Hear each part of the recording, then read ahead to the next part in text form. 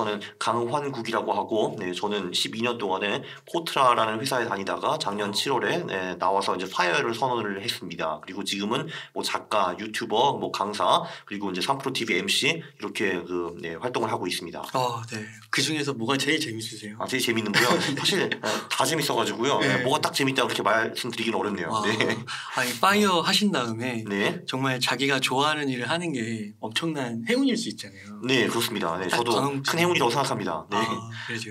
그만큼 또 그 회사 코트라 좋은 회사 다니시면서 네. 투자도 하시고 그때 또 성과가 좋으셨기 때문에 열심히 네. 또 노력하시고 예. 그래서 또 지금의 모습이 있으신 게 아닌가. 네, 감사합니다. 그때 막 코트라 다니시면서도 계속 주식 공부하시고 연구하시고 그러셨던 거죠? 그렇죠. 제가 그 CFA 자격증을 딴 것도 이제 1, 2차는 제가 공익 때 했는데 이제 3차는 제가 그러니까 입사해서 이제 그 합격을 했고요. 네. 그리고 그 후에도 계속 투자 공부를 했었죠. 입사할 때부터요. 네. 근데 원래 그렇게 공부하시는 걸 좋아하시나 봐요. 이제 투자 공부는 좋아합니다. 딴 공부는 제가 싫어하는데요. 네, 투자 공부는 돈이 되니까 동기부여가 알아서 잘 되더라고요. 네. 그러면 그 회사 기간 12년 동안 네. 좀 어떤 성과를 좀 이렇게 이루셔가지고 투자 성과요? 예. 제가 뭐 그 회사 들어갈 때는 뭐 한 2천만 원 정도로 들어갔었습니다. 제가 이제 뭐 공익 때 뭐 알바도 하고 용돈 모으고 해가지고 그 정도 이제 모았었고 한 2,500 정도 모았었네요. 뭐 나올 때는 그래도 뭐 29억으로 나왔으니까 뭐 진짜요? 뭐 괜찮죠. 네. 와. 네. 근데 물론 그거는 네. 제가 그거를 다 투자로 수익을 낸 건 아닙니다. 당연히 이제 월급을 안 쓰고 이제 모아가지고 원금을 계속 불리면서 이렇게 된 거죠. 네. 와, 29억을 드셨어요. 그 지금은 조금 더 들었습니다. 와, 네. 그럼 12년 동안 거의 30억이 되신 거예요? 그렇죠. 네네. 와, 근데 이게 가능한가요? 네. 그리고 네, 이게 저도 했는데 저도 사실 그래서 이제 이번 달 말에 또 이제 파이어 관련 책을 또 한 권 냅니다. 그 한마디로 이제 저는 제가 어떻게 파이어를 했는지 아는데 다른 사람들은 어떻게 했을까 궁금해서 그 이제 책을 내는데 한 20명 정도 인터뷰를 했거든요. 저보다 훨씬 더 많으신 분들도 많습니다. 네. 와. 네. 대단하시네요. 그리고 뭐 요즘에 싱글 파이어라는 채널도 굉장히 인기잖아요. 거기서도 이제 파이어를 이루신 분들이 나오시는데 뭐 저도 나갔지만 저보다 훨씬 더 많이 모신 분들 되게 많아요. 제 나이에. 네. 그러면 그래서 가능합니다. 분명히. 네. 와, 그럼 이거 30억이 네. 되시기까지 주식이 아무래도 위주였던 건가요? 그렇죠. 이제 특히 초창기 그 주식은 그 계속 15년 동안 이제 계속 해왔고요. 이제 제가 입사하기 전부터 나중에는 뭐 코인 같은 것도 하고 뭐 스타트업에도 투자하고 이런 거 좀 다양하게 분산을 했습니다. 네. 그러면은 코인 뭐 스타트업 이런 쪽도 성과가 좋으셨어요? 네, 그럼요. 네네. 네. 제가 유일하게 성과 안 좋은 거는 부동산밖에 없습니다. 네.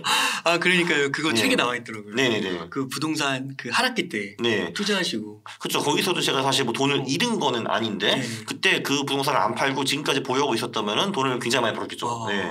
그럼 그거는 왜 네. 좀 실패하신 것 같으세요? 왜 실패했냐고요? 다른 건 다 성공했는데. 그러니까 그 한마디로 제가 이제 제 책에 맨날 투자 심리 얘기를 많이 하는데 그 투자 심리가 저에게도 그대로 적용이 되었습니다. 이제 그게 뭐냐면은 저는 당연히 서울에 아파트 사면은 얘가 무조건 오를 줄 알았는데 그때 제가 10년인가 11년에 사가지고 그때부터 계속 떨어졌거든요. 그래서 13년까지 계속 떨어지다가 13년 말부터 다시 올라가기 시작해서 14년에 이제 본전을 뚫고 한 3천 정도 더 올랐거든요. 그래서 이제 꼴 보기 싫어. 더 이상 보기 싫어 해가지고 걔를 그때 팔아버린 겁니다.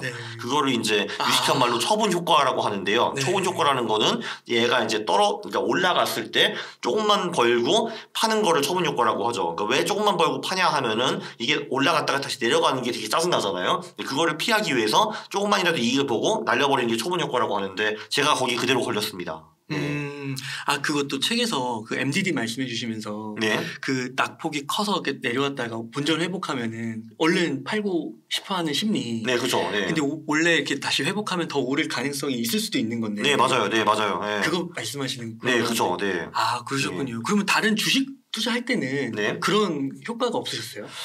그래도 요즘은 이제 이거를 10년 동안 하니까 이제 그런 거 별로 이제 안 느낍니다. 네. 요즘은 그래도 오히려 이제 좀 떨어지는 애들 빨리 손절해버리고, 그리고 이제 올라간 애들 계속 냅두는 거는 좀 잘하는 편입니다. 네.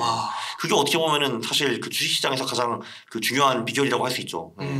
내려가는 거 빨리 제거해버리고 올라가는 거 냅두고 그거요. 네. 그러시군요. 네. 수익은 길게 손실은 짧게. 네.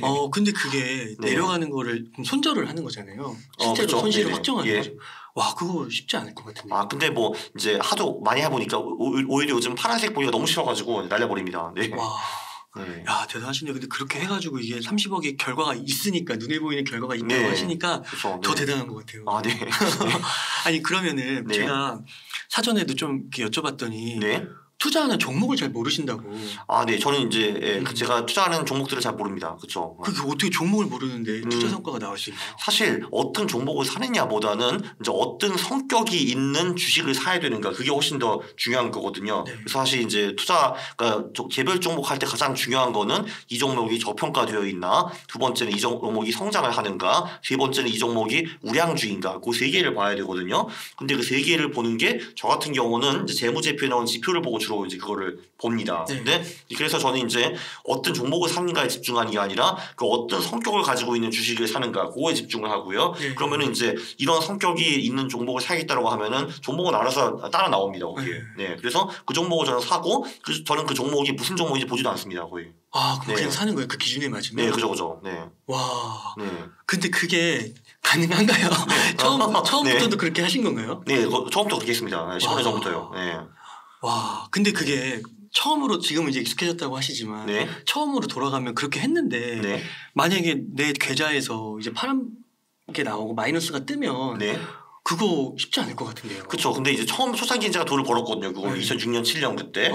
그러니까 이게 되네라고 하고 이 방법이 되는구나라고 그때 새겨져가지고 15년 동안 계속 그거를 하는 것 같습니다. 제가 근데 처음에 시작할 때 이 방법으로 돈을 잃었다라고 하면은 저도 왠지 포기했을 가능성이 높았을 것 같아요. 잘 모르니까 그때는. 네. 지금은 알잖아요. 왜 된다는 게. 그러니까 지금 요즘은 손실을 좀 봐도 그런가 보다 하고 넘어가는 거죠. 네. 그러면 주식을 보통 몇 개 정도 사시는 거예요? 저 같은 경우는 지금 60개 정도 이제 보유를 하고 있는데요. 네. 그래서 기억이 하나도 안 납니다. 뭐 갖고 있는지. 네. 전 그 기업의 이름만 봐도 이제 뭐 예를 들면 뭐 하나 기억나는 거에서 기아자동차 갖고 있더라고요. 보니까 그 기업은 이제 뭘 하는지 아는데 뭐 밑에 있는 소위 듣보잡 기업들은 그냥 이름을 봐도 도대체 이게 뭘 하는지 가늠도 못 잡아요. 저는. 네. 그래서 이런 게 있었나 하고 하는 거죠. 네. 와, 되게 충격적이네요. 이게 제가 기아자동차는 압니다. 천하다 만든다는 거. 네, 그렇죠. 제가 그래도 한 수십 명, 수백 명 인터뷰한 것 같아요. 네네네. 그런데도 네. 근데 이런 분은 처음 만난 거예요. 그렇군요. 네. 정보차 모르 사면. 아니 그러면은 그 기준을 이렇게 해가지고 네. 그 리스트로 그러면 통과된 게 위에서부터 딱 떨어지는 거잖아요. 네, 60개가. 네, 맞아요. 그 60개에 딱 그렇게 투자를 딱 그 금액을 나눠가지고 딱 투자를 하는 거예요. 그러니까 뭐 저 같은 경우는 뭐 소형주 전략, 대형주 전략, 뭐 중립적 전략 이렇게 세 개가 있는데, 그렇죠. 예를 들면 소형주 전략이 나오면은 일단 뭐 시가총액 하위 20% 중에서 제가 조금 전에 말씀드린 소위 저평가, 우량주, 성장주 그 기준을 충족하는 기업들 20개가 이제 리스트가 딱 나오거든요. 그럼 그걸 사는 겁니다. 네, 그렇죠. 왜냐하면 옛날에는 제가 50개를 뽑아가지고 그 중에서 나름대로 가장 좋은 20개를 뽑으려고 노력을 해봤는데 제가 버린 30개의 수익이 늘 더 좋더라고요. 네, 그래서 저는 결론적으로 그 50개 내에서 옥상 20개를 뽑는 능력이 없다라는 게 이제 증명이 된 겁니다. 그래서 저 그런 거 이제 안 하고 그냥 순위 1위부터 20위까지 사는 걸로 지금 변경을 했습니다. 그럼 막 코스피, 코스닥, 뭐 중소형주, 뭐 대형주 이런 거 상관없이. 그렇죠. 근데 이제 주로 중소형주가 수익이 훨씬 더 높죠. 아무래도. 네. 그러면은 그걸 한번 사면 팔긴 하는 거예요? 6개월 후에 팝니다. 네. 6개월 후에 팔아요? 네네, 그것도 정해져 있어요? 그러니까 그거를 사실 뭐 월별로 해도 되고 분기별로 해도 되고 반기별로 해도 되기는 되거든요. 근데 저 같은 경우는 보통 이제 10월 말이랑 4월 말에 투자를 합니다. 그게 왜 그러냐면은 보통 주식시장이 11월부터 4월이 수익이 월등 높고요. 그 5월부터 10월까지는 수익이 매우 안 좋습니다. 그래서 11월부터 4월까지는 주식 비중이 굉장히 높고 5월부터 10월까지는 굉장히 낮아지거든요. 그래서 그거에 맞추기 위해서 6개월에 한 번 이렇게 종목을 바꿔 낍니다. 그 책에 보니까 지금 말씀해 주시는 게 약간 퀀트 투자 쪽으로 분류가 될 수 있는 거죠. 그렇죠. 그럼 거기에 또 이제 뭐 가치 투자도 있고 단기 트레이딩도 있고 이렇게 분류를 이렇게 해주셨잖아요. 네, 그렇습니다. 다른 투자법보다 이 퀀트 투자가 더 맞으셨던 거예요? 일단 뭐 저한테는 당연히 맞아서 제가 이걸 지금 하고 있고요.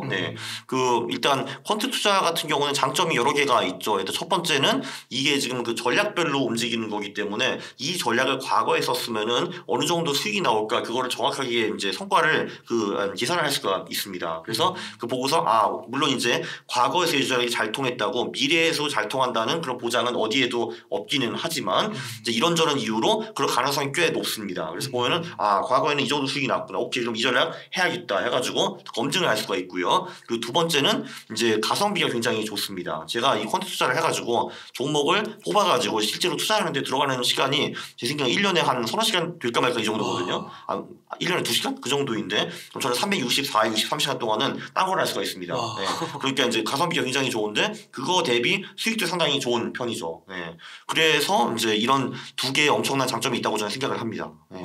그리고 상대적으로 초보자가 배우기도 좀 쉬워요. 왜냐하면 전략들이 공개가 되어 있기 때문에 사실 그 전략을 그대로 따라해도 대부분의 경우는 수익이 양호하거든요. 물론 거기서 좀 더 발전해가지고 이 전략도 좋은데 내 전략을 좀 만들어 봐야겠다라고 하면은 그것도 좋기는 좋은데 그거 하기 싫으면은 그냥 있는 전략만 해도 수익이 충분히 나옵니다. 그래요. 그래서 이제 그런 세 개의 장점이 있네요. 네. 그러면 6개월 투자를 해서 팔면 막 6개월 동안은 수익률이 그냥 제 생각으로는 그렇게 높지는 않을 수도 있을 것 같다는 생각이 좀 들어요. 그 작년 같은 경우 제가 23% 정도 이제 벌었거든요. 6개월에? 아니요, 그 1년 내내. 네. 그리고 이제 올해는 제가 오기 전에 확인을 해보니까 이제 올해는 제가 4% 정도 좀 깨지고 있습니다. 뭐 그래도 뭐 크게 나쁜 건 아니죠. 뭐 그 정도면 요즘 이제 주식시장이 박살나고 있으니까요. 그리고 20년에는 그보다 훨씬 더 많이 벌었죠, 당연히. 20년에는 근데 뭐 제가 잘나서가 아니라 그땐 장이 엄청 올라가서요. 그러니까 그게 매번 항상 플러스로 파는 게 아니고. 당연하죠. 그러니까 6개월 후에, 그러니까 예를 들면 제가 뭐 60시 종목이라고 했는데 60시 종목을 매수를 해가지고 6개월 후에 팔게 되면은 거기서 마이너스 나는 종목도 수두룩합니다. 대신에 또 그 중에서 또 플러스가 굉장히 크게 나가지고 전체 포트폴리오를 이끌어주는 그런 종목들도 분명히 나옵니다. 근데 제가 근데 그거를 사기 전에는 알 수가 없죠. 저 당연히 60개 종목 중에서 그 제 포트폴리오 이끌어주는 그 훌륭한 종목들만 담고 싶고 나머지 종목들은 빼고 싶기는 한데 제가 그 정도 실력에는 도달하지 못했습니다. 그러면 만약 6개월에 딱 그 시점에서 이제 뭐 플러스가 나든 마이너스가 나든 딱 봐가지고 팔고 그거를 이제 거의 10여 년 동안 반복해 오시면서 그게 플러스와 마이너스를 다 더하니까 결국은 이렇게 30억 자산이 될 수 있었던 거군요. 그렇죠. 물론 이제 그 30억 자산은 투자뿐만이 아니라 원금에서 이제 갖다 부어서 넣긴 하지만요. 그래서 제가 이제 뭐 그 12년 동안에 2천만 원을 30억으로 150배를 불렸다라고 생각하시면 안 됩니다, 당연히. 야, 근데 그게 진짜 6개월 동안 이렇게 투자하고 마이너스인데 그때 또 어차피 다 팔아야 되는 거잖아요. 그렇죠. 그렇죠. 그러니까 그거 팔고 다음번에 또 하는데 만약에 또 판다 하면은 두 번만 반복돼도 쉽지는 않을 것 같은데. 아니 뭐 별로 짜증날 것 같은데. 요즘에는 뭐 그리고 제가 직접 그 백테스트를 하고 종목을 구할 필요가 없거든요. 요즘은 프로그램들이 많이 나와가지고 그거 돌리면 됩니다. 그 프로그램 같은 게 또 있는 거예요? 그 예를 들면은 뭐 뉴진스탁에서 젠포트라는 프로그램도 있고 뭐 퀀트킹이라는 프로그램도 있고요. 그리고 이제 요즘 한두 개 또 새로 이제 나오는 프로그램들이 있습니다. 근데 그 프로그램을 그럼 쓰시는 건가요? 네, 그럼요. 그거 당연히 써야죠. 그러면은 이거를 쓰면 약간 뭐 이렇게 월 정액식으로 하는 건가요? 퀀티킹 같은 경우는 지금 월이 아니라 연 18만 원 정도 하고 있고요. 젠포트 같은 경우도 사실 그 백테스트 하는 그 이제 백테스트 이용권을 사야 되는데 뭐 그쪽 뭐 젠포트 카페 같은 데 들어가가지고 뭐 이벤트 참여하고 댓글 남기고 하면은 진짜 많이 준다고 하더라고요. 그래서 이제 돈 내시고 하시는 분들이 별로 없다라고 들었습니다. 거기 그 대표님한테. 근데 만약에 이게 전략이 그러면은 그게 공개가 되고 많은 분들이 쓰면 수익률이 떨어지는 거 아니에요? 그거에 대해서도 그 논문이 심지어 나와 있습니다. 한마디로 이렇게 그 전략을 논문 같은 걸 공개를 한 다음에 그 전략의 수익률이 떨어지는가 높아지는가 그거를 분석한 논문도 있는데 그 미국 같은 경우는 실제로 그 논문 공개 후에 수익률이 떨어졌습니다. 실제로 그걸 보고 따라하는 사람들이 많다는 건데 미국을 뺀 딴 그 나라에서는 그 떨어지지 않았습니다. 그렇게 나오더라고요. 그러니까 안 한다는 거군요. 그렇죠. 왜냐하면은 저도 이제 제 책을 몇만 권 팔았는데 거기서 실제로 그거를 그 전략을 그대로 쓰면서 따라하면서 몇 년 동안 버티는 사람이 몇 명이 될까? 저는 많지 않다고 봅니다. 그러면은 그래서 이제 그 대표님께서 쓰신 책이 되게 유니크하고 진짜 저 책 읽어봤을 때 진짜 한번 만나 뵙고 싶더라고요. 너무 투자하는 그 방법이 너무 다른 분들하고 차별화가 돼가지고. 그러면 대표님께서는 한 1년 정도를 봤을 때 목표 수익률이 좀 어느 정도 되시는 거예요? 1년짜리 목표 수익률은 제가 없고요. 왜냐면은 제가 이제 똑같은 전략을 써도 제가 그것도 다 한번 계산을 해봤어요. 똑같은 전략을 써가지고 6개월을 돌린다고 치면은 재수 없을 때는 40% 깨지는 구간도 있고요. 어떨 때는 막 100% 이상 버는 구간도 나옵니다. 그래서 똑같은 전략인데도 어떤 특정 6개월은 마이너스 40%, 어떤 특정 6개월은 뭐 100%가 나오는데 지금 당장 오는 6개월에 그 중에서 어떤 게 나올지는 제가 전혀 맞출 수가 없습니다. 그래도 기본적으로 장기적으로 장기적으로 10년 이상 투자하면은 뭐 복리 15에서 20% 정도는 벌 수 있다고 생각을 합니다. 네. 그 정도가 제 목표 수익률이죠. 네. 복리로 아주 길게 봐서. 네. 근데 그러면 이제 이렇게 생각하시거든요. 아 그래 따라해보자 했는데 근데 이번 6개월 동안에 마이너스 15%가 나왔어요. 근데 그러면 저를 욕하겠죠. 쟤 뭐냐고 하면서. 근데 원래 투자 전략은 변동성이 굉장히 큽니다. 그래서 마이너스 20이 나올 때도 있고 40이 나올 때도 있고 플러스 100이 나올 때도 있어요. 그 모든 거를 밸런싱 해가지고 하면은 복리 15에서 20이 나온다는 겁니다. 네. 그렇구나. 그러니까 책에 보니까 그 MDD가 20% 이내로 하면서 높은 한 자릿수라고 하셨나요? 그 자산 배분 말씀하신 건가요 혹시? 네, 전략 얘기해 주실 때 목표가 MDD가 20% 미만이면서 높은 한 자릿수 이상의 연복리 수익률을 달성하는 게 전략의 목표다. 그렇죠. 물론 이제 그게 최소한인데 뭐 당연히 우리가 추구하는 거는 그래도 좀 낮은 2자리 정도 나와야 된다고 생각합니다. 네. 그러면 저 한 궁금해지는 게 그 퀀트 투자 그런 방법하고 그 워런 버핏이 약간 그 지수 인덱스 투자 얘기하면서 그게 연복리 수익이 막 10% 나온다고 하잖아요. 배당까지 하면 조금 뭐 넘을 수도 있고 뭐 9% 뭐 이렇게 10% 초반 그런 것과는 좀 어떻게 차별점이 있는 건가요? 일단 뭐 워렌 버핏이 이제 본인이 돌아가시면은 90%는 S&P 500 인덱스 그리고 10%는 뭐 현금 또는 단기채로 갖고 있겠다 이렇게 말씀을 하셨는데 이제 그 전략이 그 장기적으로 한 복리 10% 정도 나올 겁니다. 근데 그 전략의 가장 큰 단점은 중간에 그 S&P 500 지수가 반토막이 나는 구간이 종종 나올 거거든요. 그거를 이제 버틸 수 있느냐가 문제인데 당연히 워렌 버핏은 버틸 수 있습니다. 그런 걸 하도 많이 경험을 해봐서요. 근데 대부분의 투자자들은 그거를 심리적으로 버틸 수가 없습니다.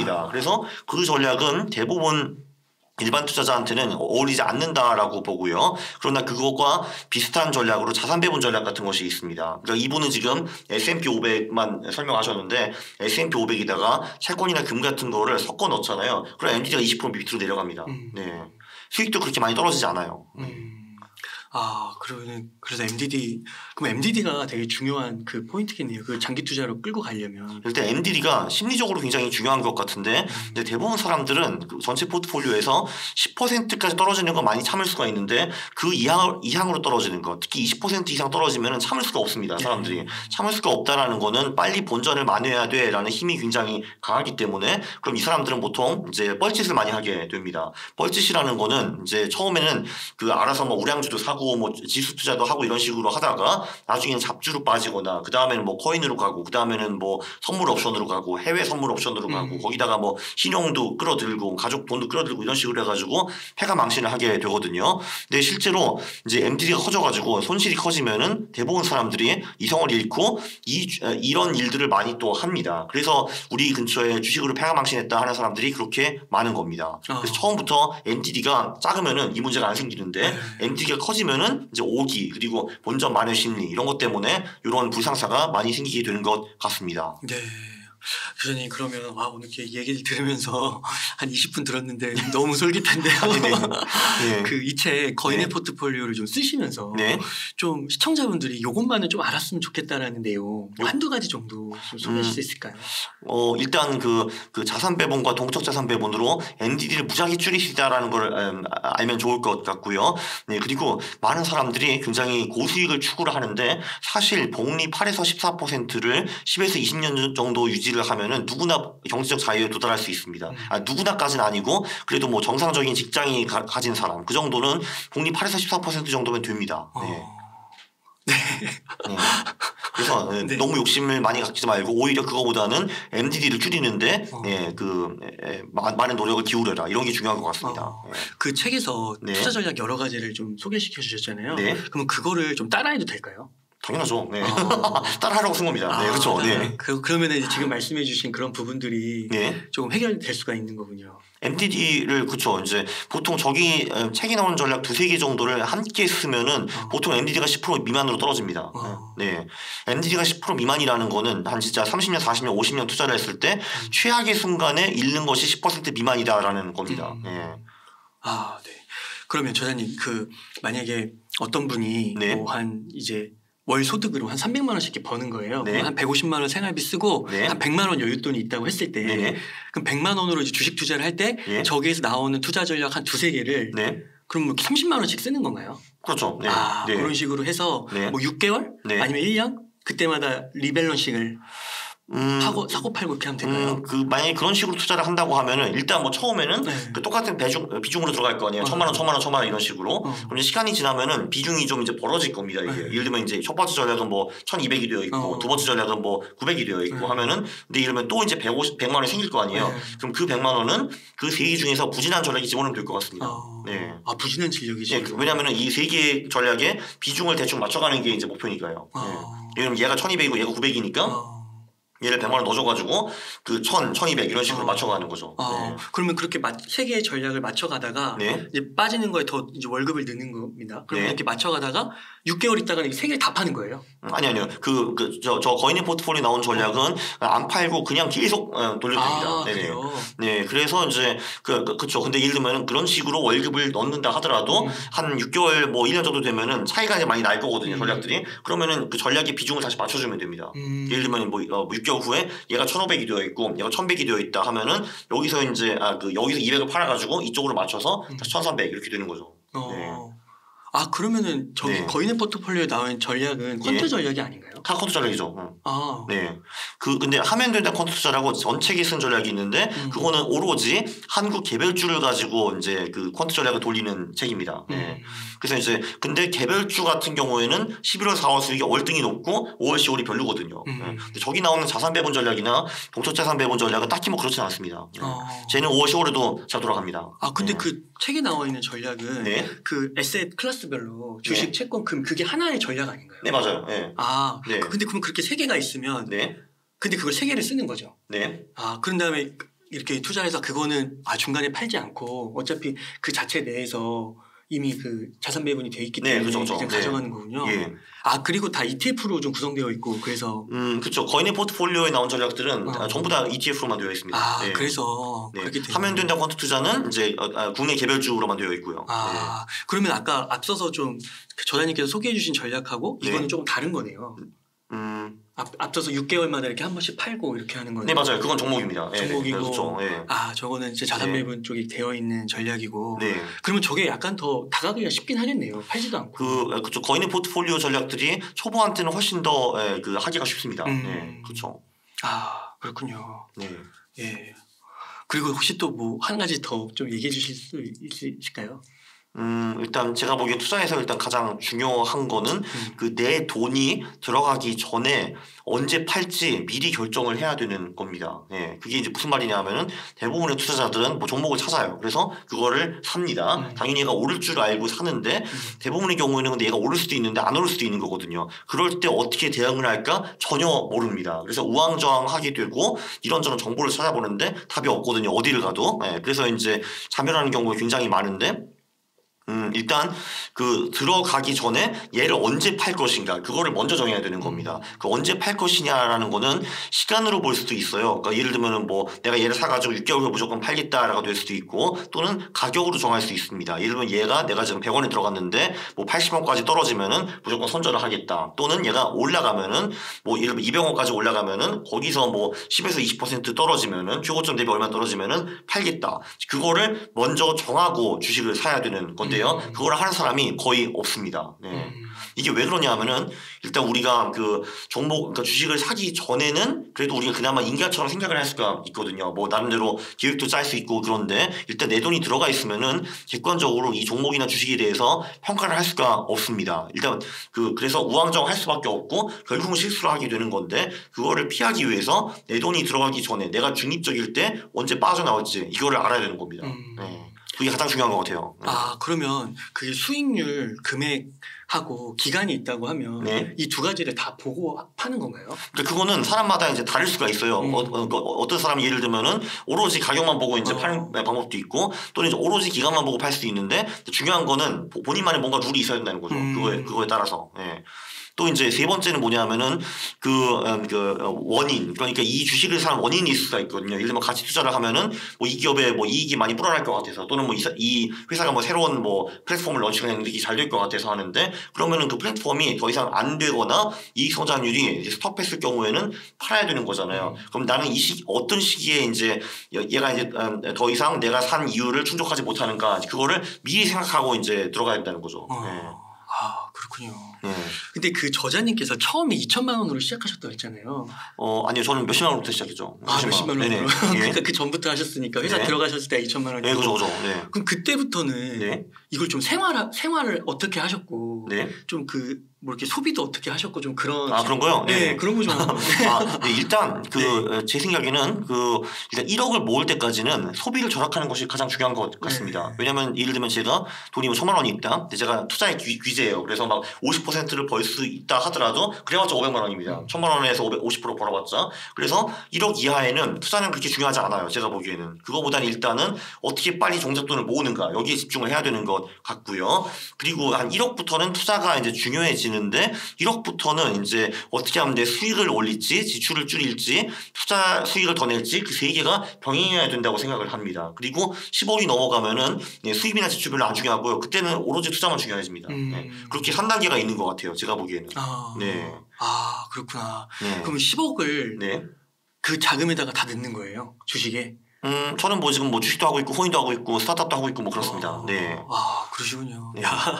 근데 진짜 진짜 초기에 있으신 분들은 일단 투자도 같이 공부를 하기는 해야 됩니다. 왜냐하면 내 자산이 갑자기 1억이 된다고 어떻게 갑자기 투자의 지혜가 나한테 오는 거는 아니거든요. 그래서 돈이 없을 때 투자도 같이 공부를 하시되 그래도 가장 중요한 거는 덜 써가지고 이제 많이 모아놓는 거 또는 이제 능력이 되신다면 부업을 하든 이제 뭐를 하든 내 수입을 늘리는 거 이제 그게 일단 가장 중요하고요. 1억부터는 투자의 비중이 점점 더 커지고 10억이 넘어가면은 투자가 전부 답니다.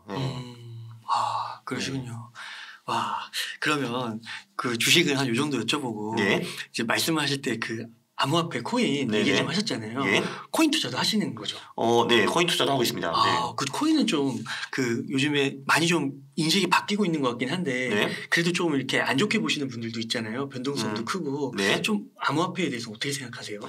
일단 이것도 웃기는데 종목 아무것도 모른다고 했잖아요. 저 암호화폐에서도 아는 게 아무것도 없습니다. 한마디로 지금 이제 블록체인 기술이 뭐고 요즘 NFT 디파이 나오는데 그게 정확히 어떻게 돌아가는지 개념만 파악했지 아는 게 아무것도 없어요. 그러나 조금 전에 중요한 말씀을 하셨죠. 코인은 변동성이 크다라고 하셨는데 변동성이 큰 자산은 트레이딩하기 좋습니다. 그래서 저 같은 경우는 이제 코인 같은 경우는 철저히 트레이딩 수단으로만 이제 접근을 하고 있고요. 여기서도 퀀트 전략들을 짤 수가 있어요. 그래서 제가 이제 가상화폐 투자 마법 공식이라는 책을 썼습니다. 2018년에. 그래서 이제 거기 나오는 변동성 돌파 전략이라는 전략이 있는데 이제 그 전략을 가지고 제가 투자한 바로 그 스타트업이 그 회사를 차렸습니다. 그 전략을 앱으로 자동화해서 돌리는 이제 스타트업을요. 그래요? 그래서 이제 그래서 저는 이제 니네들 하면은 내가 직접 할 필요 없잖아 해가지고 거기를 이제 돈을 줘가지고 그쪽에서 투자를 하고 있죠. 정말요? 저는 거기서 주주 앤드 이제 그 전략의 투자자로 참여하고 있습니다. 이제 그렇게 되고 있는 거죠. 그렇구나. 그 회사는 그럼 계속해서 또 전략 공부하면서 새로운 전략을 개발하는. 네, 맞아요. 계속 새로운 전략들을 만들어내고 있습니다. 그렇구나. 그러니까 이게 여러 가지를 하신 거네요. 주식도 하시고 이제 암호화폐도 하시고 스타트업 투자도 하시고. 그렇죠. 그렇군요. 근데 이게 암호화폐가 이게 보면은 보통 이제 저도 이제 관심 가진 지 얼마 되진 않았는데 비트코인하고 이더리움은 그래도 좀 이렇게 괜찮은 것 같은데 다른 것들은 정말 모르겠더라고요. 저는 비트코인과 이더리움도 모릅니다. 물론 이더리움 가지고 많은 애플리케이션을 만들 수 있다 정도는 저도 압니다. 그렇군요. 그거 말고 몰라요. 저도 아니 없어요. 그러면은 아까 가격은 움직입니다. 그거는 확실히 그거 볼 수 있어요. 가상화폐 투자 그것도 가상화폐 투자 전략을 쓰신 거예요? 그렇죠. 네네.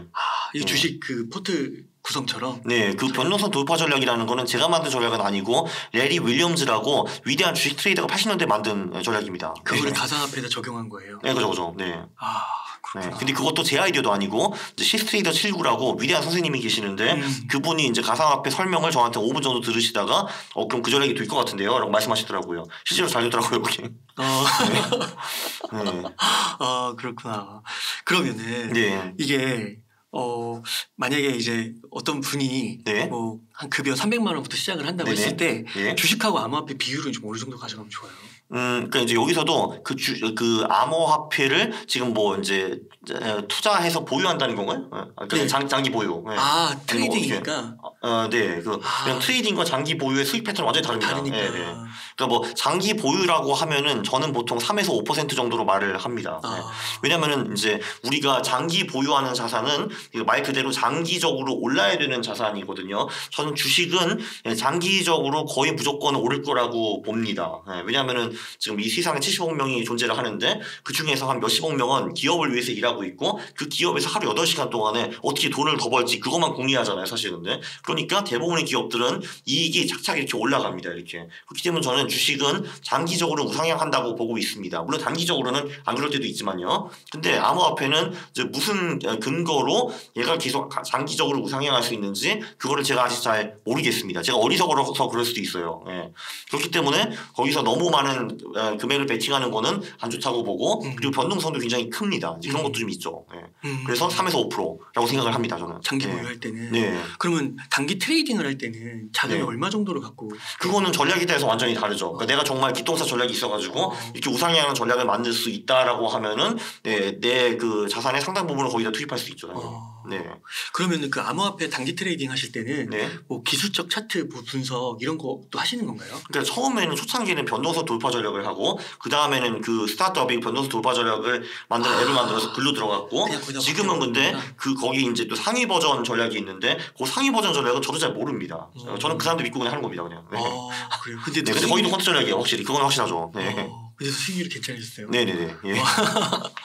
거기 만약 이 방송 들으시고. 네. 근데 전략을 만드시고 싶으시다면은 그 뉴지스톡이라는 곳에서 코인 젠포트라는 것이 있습니다. 거기서 이제 이런 코인 전략들을 제가 직접 시뮬레이션 돌려볼 수가 있어요. 그러니까 뭐 예를 들면 최근에 가격이 많이 오른 뭐 코인을 샀다면 어땠을까? 또는 뭐 요즘 뭐 거래량이 폭등한 코인을 샀으면 어땠을까? 또는 두 개가 이제 같이 적용되는 코인을 샀으면 어느 정도 효과가 있었는가? 이런 거를 시뮬레이션을 돌려볼 수가 있고 그거를 자동 매매를 돌릴 수도 있습니다. 네. 그래서 그런 툴도 있어요, 요즘은. 그 자동 매매는 그냥 알아서 팔고 알아서 사고 막 이렇게 된다는 거죠. 그렇죠. 그 코인 젠포트가 코인 원이랑 또 연동이 되어 있어요. 그래가지고 이런 내가 전략을 짰습니다. 그래서 이 전략 되게 제가 보기엔 괜찮아 보여요. 근데 그리고 시뮬레이션 돌려보는데 잘 나옵니다. 결과가. 오케이 됐다. 그럼 내가 이 전략을 하고 싶어 하면은 그거를 코인원에 연동해가지고 야 이거 해 하면은 그 봇이 코인원에서 알아서 그 전략이 따라서 전략과 맞게 그 코인을 사고 팔고 이제 이런 거를 해주는 거죠.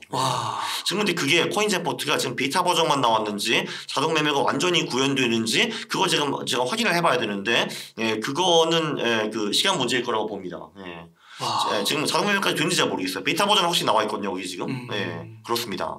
그러면은 그 주식으로 하는 거 자동 매매는 되고 있는 거죠? 네, 그 주식 같은 경우는 젠포트는 100% 되고요, 지금.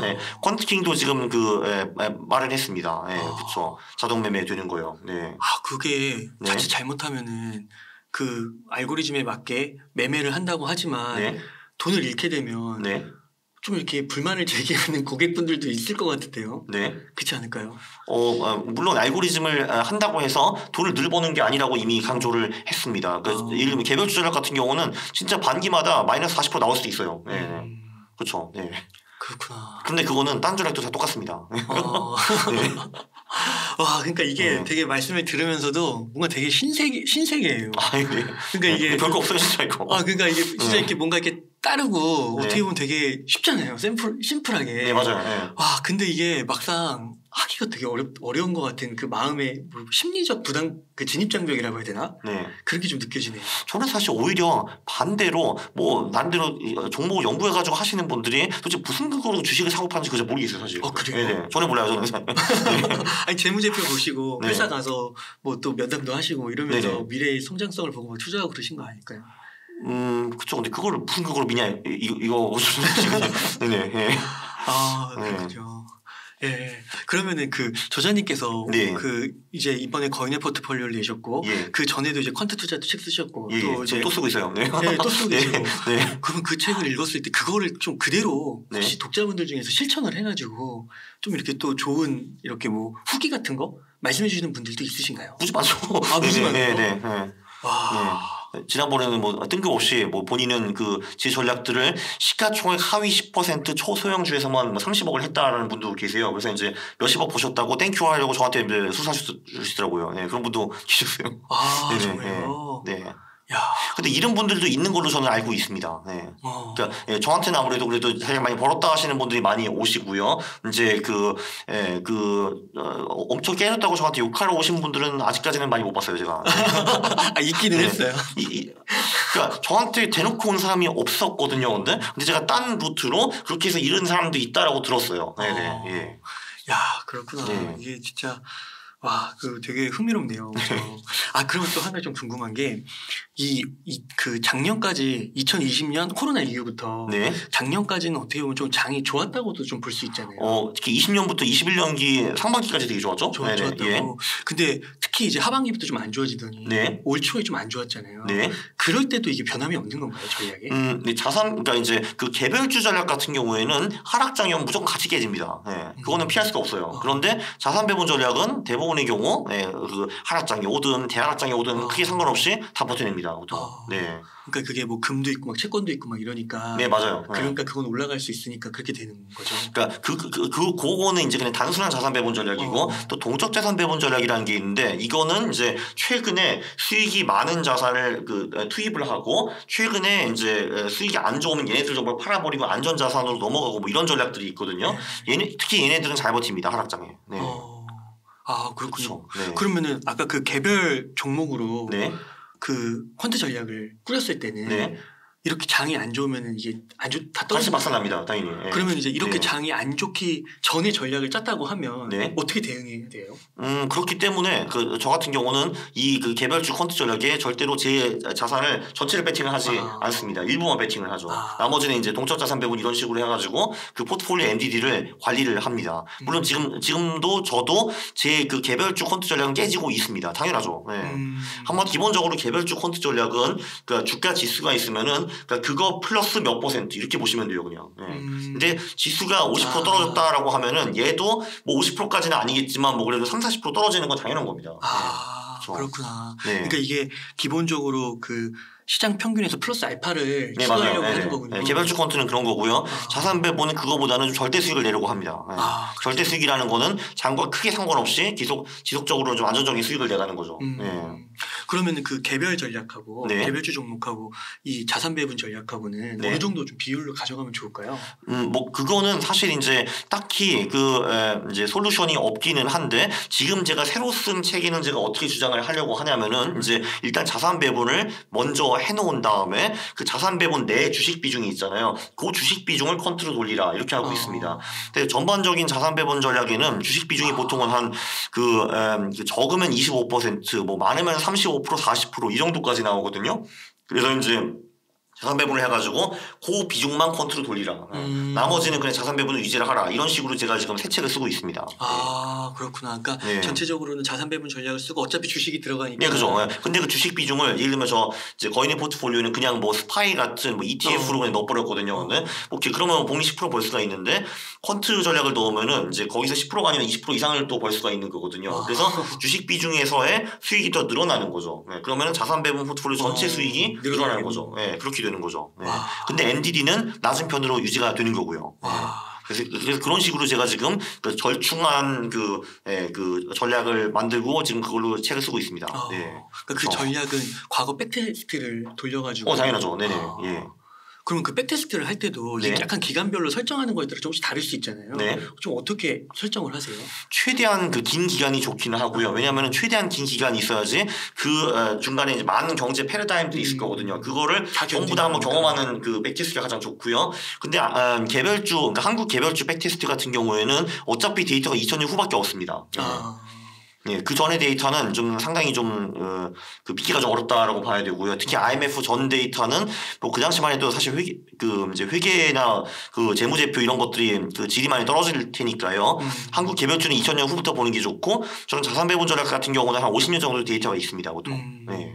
그러면 그 미국 주식하고 한국 주식하고 그 두 개를 이렇게 구분해서 봤을 때는 이것도 좀 비율이 있으신가요?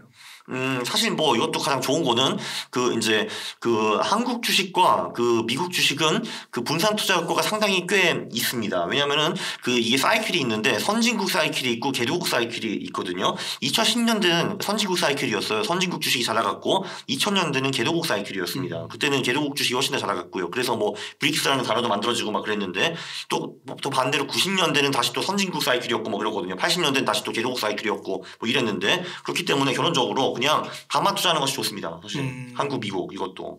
왜냐하면 2020년대에는 이게 지금 선진국 사이클이 될지 개도국 사이클이 될지 아무도 모르거든요. 네, 그걸 아신다고 주장하시는 분이 있는데 그분도 모릅니다. 네. 그렇군요. 그래서 자산 배분이나 투자에서 포인트는 뭐냐면은 내가 잘 모르겠다 하면은 그냥 둘 다 투자하는 겁니다. 네. 네. 그렇군요. 그래서 오히려 내가 아니까 이쪽 한 곳만 들어가려 하는 것이 보통 상당히 위험한 생각입니다. 네. 저희는 어차피 모릅니다. 네. 종목도 모르고 그냥 펀드로 필터링 해가지고 투자하고. 그게 사실 자산 배분의 메시지입니다. 왜냐하면은 사실 자산 배분이라는 게 내가 내년에 어떤 자산군이 가장 잘 나갈지 하면은 자산 배분을 당연히 할 필요가 없죠. 예를 들면 내년에 금 수익이 가장 좋다면 당연히 금만 들어가면 되지 주식과 채권을 왜 사냐 이거죠. 근데 우리가 그거를 모르기 때문에 다 사는 겁니다. 야, 그렇구나. 그냥 우리는 모르고 예측을 못한다라는 거를 그냥 받아들여야 되는 겁니다. 투자를 할 때는. 그거를 못 받아들이시는 분들이 굉장히 많아요. 그러니까 이게 투자를 할 때 보면은 되게 뉴스 하나로 막 감정이 막 왔다 갔다 하잖아요. 그러니까 이거대로 하면 진짜 감정은 아무 상관없이 그냥 정해진 규칙과 그냥 그 알고리즘대로 그냥 해버리는 거군요. 네, 뭐 가장 이제 그 최근 샘플을 봐도 요번에 이제 그 러시아가 우크라이나를 침공했거든요. 저는 그래서 그 결정 난 날에 주식이 엄청 떨어질 줄 알았거든요. 안 떨어지더만. 그게 첫날에 좀 떨어졌는데 그 후에 다시 올라가더라고요. 근데 그래가지고 이 그 시장 자체는 이제 우리가 그러니까 일단 시장 자체를 예측하는 것 자체도 어려워요. 왜냐면은 3개월 전에 러시아가 우크라이나를 침공하겠다고 예측한 사람 아무도 없을 거거든요. 그리고 2019년 말에 코로나라는 게 와가지고 우리가 2년 동안 개고생할 거라는 거를 아무도 예측하지 못했을 겁니다. 근데 어쨌든 이런 일들은 계속 발생을 하고 이게 시장을 많이 움직이는 거잖아요. 일단 첫 번째 그 예측 자체도 불가능하고 두 번째 그런 사태가 터졌을 때 시장이 어떻게 움직이는가 예측 그것도 두 번째 예측이거든요. 그것도 힘들어요. 그래서 우리는 그걸 못하는 겁니다. 그냥. 그렇구나. 그걸 인정하고 자산 배분하고 컨트롤 하는 거예요. 와, 그러면 저기 앞서서 그 투자 전략을 짤 때요. 필터링을 할 때 그 이 주식이 싼가가 하나가 있었잖아요.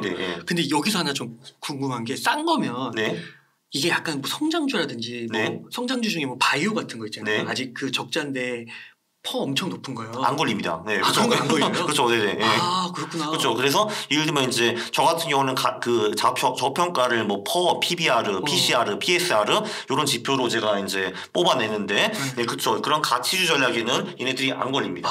그러나 성장주 전략도 만들 수가 있는데, 예를 들면은 최근에 매출액, 영업이익, 순이익이 많이 성장하는 기업, 이것도 수치화가 가능하잖아요. 이런 기업들을 보통 성장주로 부르는데, 이런 기업들도 보통 수익이 굉장히 좋습니다.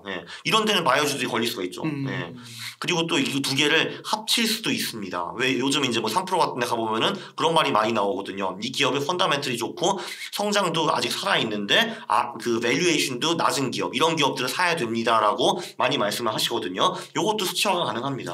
한마디로 퍼, PBR, PCR, PSR은 낮고 대신에 매출액, 영업이익, 순이익의 증가율은 높은 그런 기업들을 또 필터링을 할 수가 있습니다. 그러면은 두 개를 다 가져가는 거죠. 이런 때는 바이오가 보통은 안 걸립니다. 왜냐하면 바이오 같은 경우는 이제 성장성은 굉장히 좋은데 가치 지표가 워낙 가져오니까요.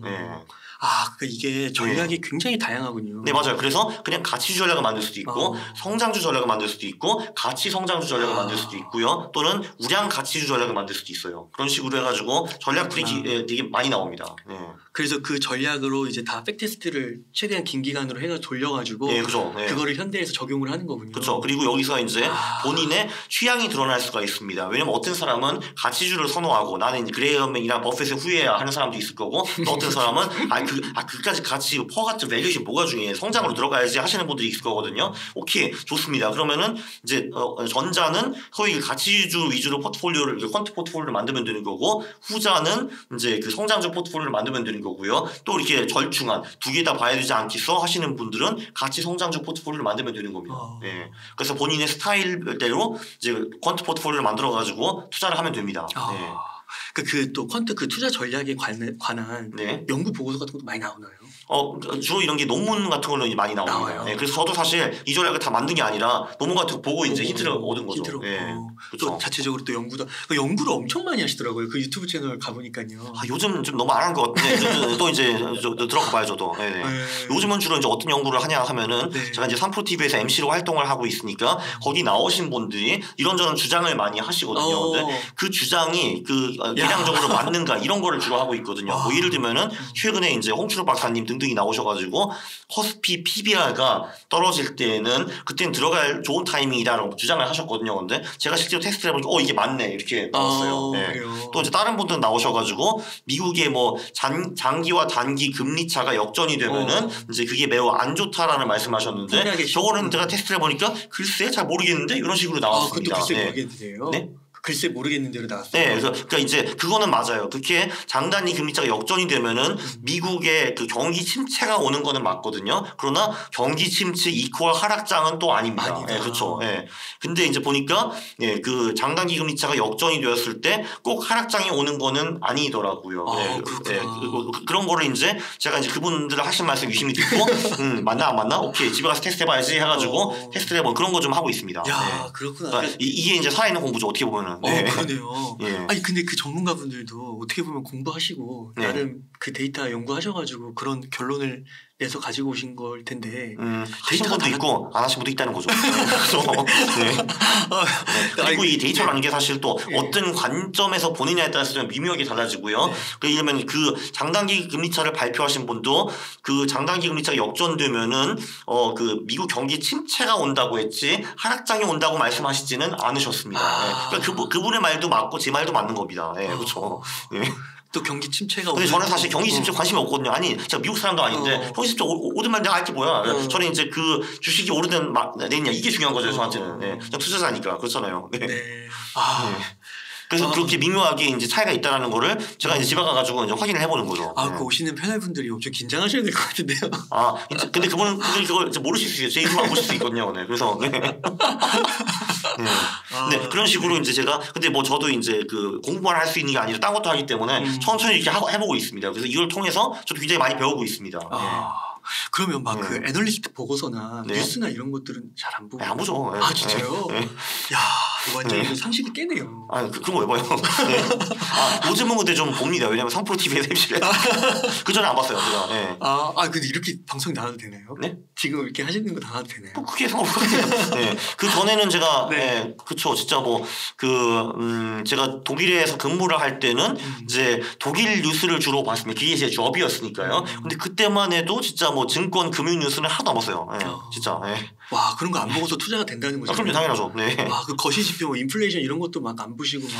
그쵸. 그게 제가 거의 안 봤는데 그리고 이제 근데 저도 알고 있어요. 그쪽 지표들 중에서 유의미한 지표들이 몇 개 있다라는 거. 근데 제가 보기에는 재무제표 지표들보다 효용성이 조금 떨어지거든요. 제가 보기에는. 근데 요번에 이제 3% 와가지고 하도 매크로 지표들을 많이 말씀하시니까 그거를 제가 백테스트를 해보고 있습니다. 굉장히 흥미로운 작업이에요. 와 그렇구나. 와 그런 거 한번 또 책으로 정리해 주셔도 가능할 것 같습니다. 와 그렇게 검증하는 그거를 이렇게 막 진짜 강국전님처럼 하는 분들이 저는 별로 없을 것 같아요.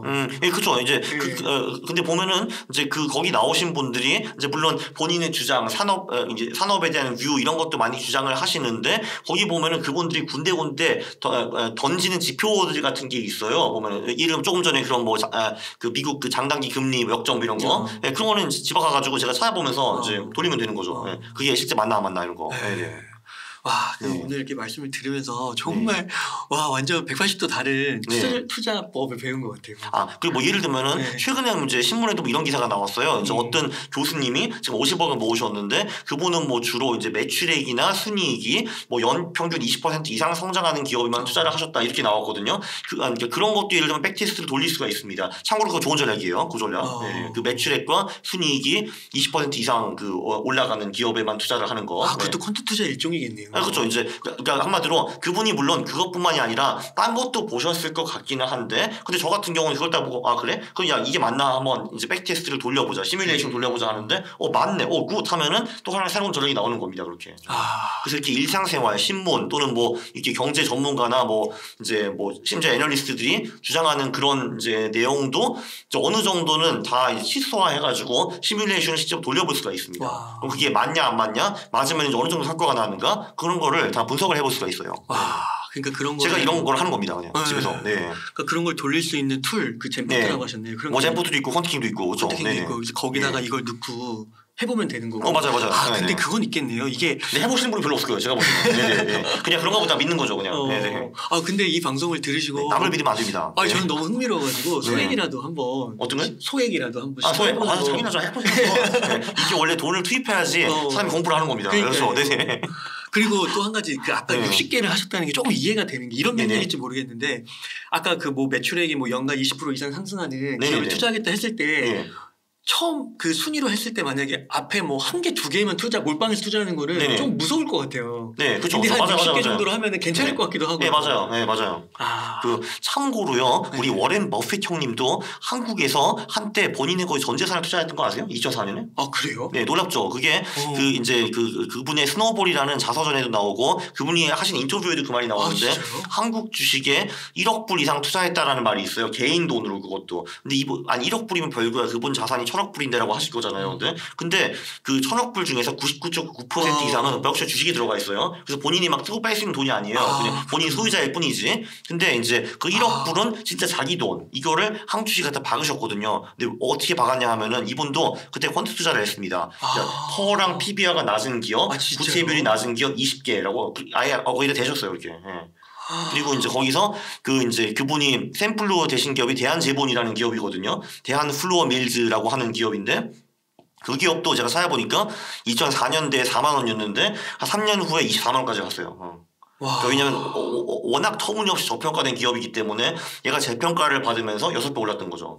근데 그분이 투자했던 다른 기업들도 제가 나중에 조사를 해봤는데 거의 다 비슷했어요, 수익률이. 5배, 6배 이렇게. 그래서 이 위대한 그 워렌 버핏도 한국 시장에 퀀트적으로 투자를 했다라는 걸 볼 수가 있고, 그럼 그 사람은 왜 한국에 퀀트적으로 투자를 했냐 한번 고민을 해봐야 되는 건데 한국 기업을 잘 모르니까. 그래서 수치만 보고 하신 거예요, 그냥. 야, 그렇구나. 이게 진짜 엄청난 거네요. 근데 20개 기업을 왜 했냐? 그것도 질문을 해야 되는데 바로 그 말씀. 왜냐하면은 수치가 좋아 보이는데 한두 개 종목에 몰빵하면 왠지 좀 불안하잖아요. 1억 불을 이제 한국 듣보잡기업 2개에 몰빵을 해야 되니까. 그리고 그 말씀도 했어요. 이 기업에 그 경영진이 사기꾼일 가능성도 있다. 그렇기 때문에 난 20개 기업에 분산 투자를 했다라고 강조를 했어요. 20개 기업의 경영진이 전부 다 사기꾼일 일은 없잖아요. 그래서 워렌 버핏도 한국에서 신나게 퀀트 투자를 하셨다. 그리고 초창기 50년대 60년대에는 미국에서도 퀀트 투자를 하시다가 돈이 워낙 많이 불어가지고 더 이상 이제 그런 기업들이 없으니까 비계량 투자도 하신 거예요. 우량주 찾고 뭐 이런 거. 초창기에 워렌 버핏은 퀀트만 했습니다. 그러시군요. 그러면 저자님은 그 1억 불이라고 하면 한 1,000억 정도 되는 거잖아요. 그렇죠. 그게 한 3년 만에 거의 5배가 됐다고 보면 돼요. 그러면 지금 이제 한 30억 있으시니까 저자님은 계속해서 지금의 투자 전략을 조금씩 업그레이드 하시면서 계속 연구하시면서 고수하시는 건가요? 네, 제 목표는 10년에 10배입니다. 10년에 10배면 복리 26%인데요. 저는 투자로만은 복리 26% 달성이 좀 어렵다고 보고 대신에 뭐 이런저런 활동을 하면서 원금이 또 계속 쌓이니까 그런 식으로 저는 생각하고 있습니다. 되실 것 같은데요? 할 겁니다. 그 10년 후에 진짜 되시면은 이거 퀀트 전략 오늘 이 영상이 거의 전설이 되지 않을까. 근데 이 10년 10배 이 얘기는 제가 워낙 많이 해가지고요. 그렇죠. 3%에 나옵니다. 그래서 김프로님이 많이 웃으셨죠.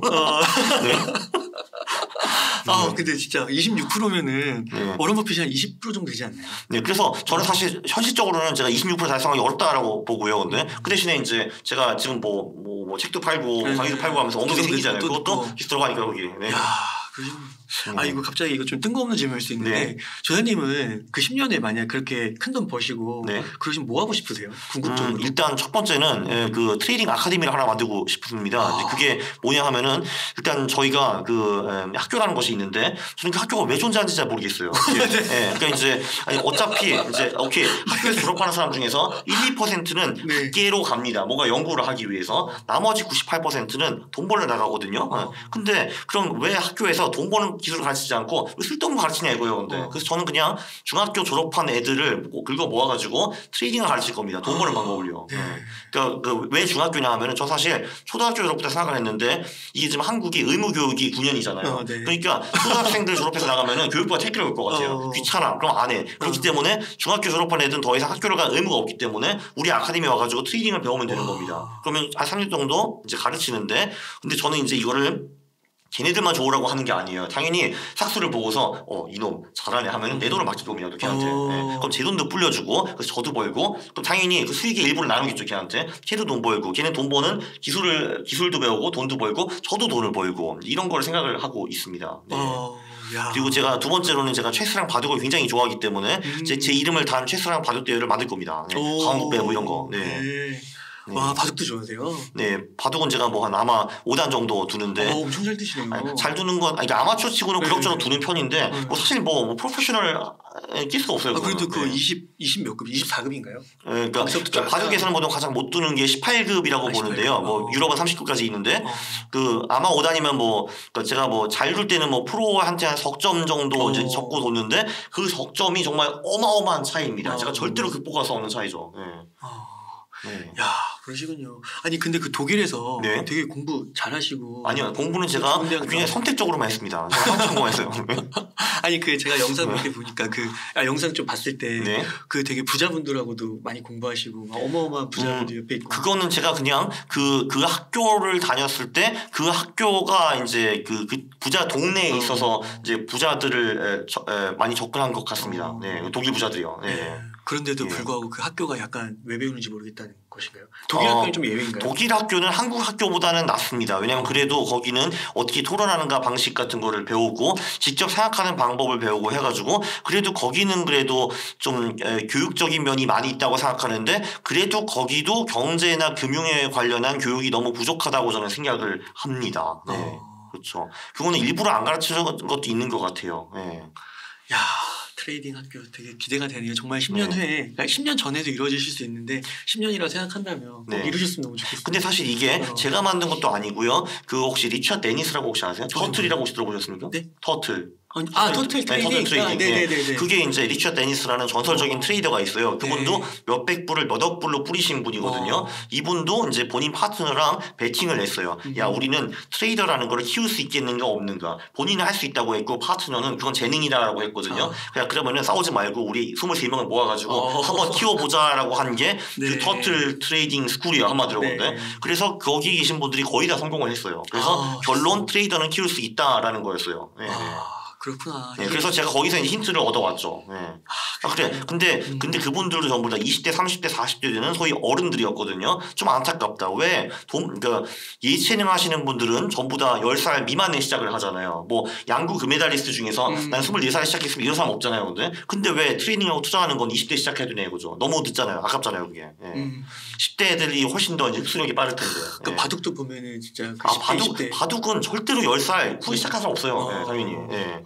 요즘 이제 신지석 구단 지금 이제 세계 1인자 얘도 지금 21살이잖아요. 근데 이분도 당연히 10살 전에 시작했죠. 바둑을. 네, 당연하죠. 네.